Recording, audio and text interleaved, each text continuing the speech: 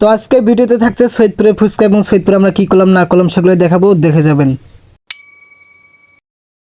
আসসালামু আলাইকুম ভালোবাসার মানুষগুলো, আশা করছি সবাই ভালো আছেন। আলহামদুলিল্লাহ আমিও ভালো আছি। তো আজকে সাথে আছে আমার ভাতিজা পারভেজ এবং আমরা সৈয়দপুরের উদ্দেশ্যে রওনা দিলাম, কিন্তু গাড়ি একটাও পাইতেছিলাম না, কারণ কোনো ভ্যান ছিল না, চার্জ ছিল না। তাই তারপর অনেকক্ষণ পর একটা ভ্যান পাইলাম, তারপর উঠে পড়লাম। তারপর এখান থেকে আলামিনের কাছে গেছিলাম, আলামিন ভাইয়ের কাছে। তো ওখান থেকে আমরা তিনজন মিলে রেডি হয়ে চলে আসলাম ঝটপট সৈয়দপুর।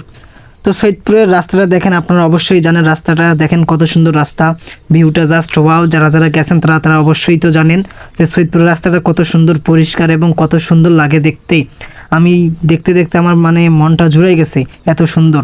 তারপর ঝটপট রেডি হয়ে চলে আসছি আমরা সৈয়দপুর। তো প্রথমে যাচ্ছি স্কেটিংয়ের দোকানে, খেলা ঘরে, কারণ আমার স্কেটিং নেওয়ার অনেক শখ, অনেক দিন যাবত নিতে চাচ্ছি বাট হইতেছিল না। তারপর দেখতেছি অনেক দোকান বন্ধ, তারপরে কয়েকটা দোকান খোলা ছিল, তারপর ওখানে যাচ্ছি।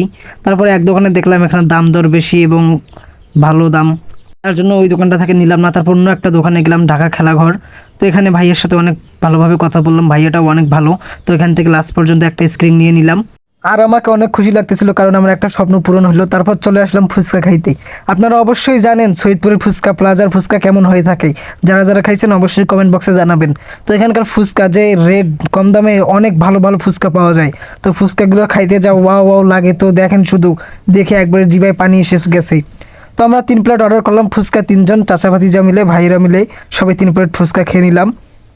তো দেখেন এখানে কি কি দিয়েছে, ফুচকার কালারটা যা ওয়াও ওয়াও লাগতেছে, শুধু দেখলে মন খাইতে চায়। তো আমার ভাতিজা এখানে শরম পাচ্ছে, ও নাকি খাচ্ছে না। তারপর চামচ রেখে হাত দিয়ে ঘপ ঘপ করে খাওয়া শুরু করে দিল, বলতেছে ওয়াও ফুচকা ওয়াও।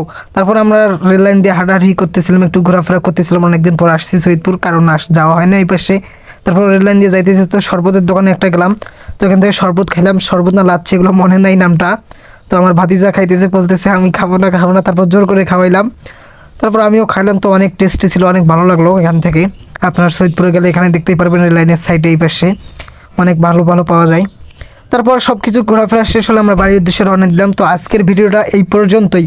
ভিডিও ভালো লাগলে ইউটিউব চ্যানেলটা সাবস্ক্রাইব করে দিবেন, আর পেজ থেকে দেখলে পেজটা ফলো দিবেন।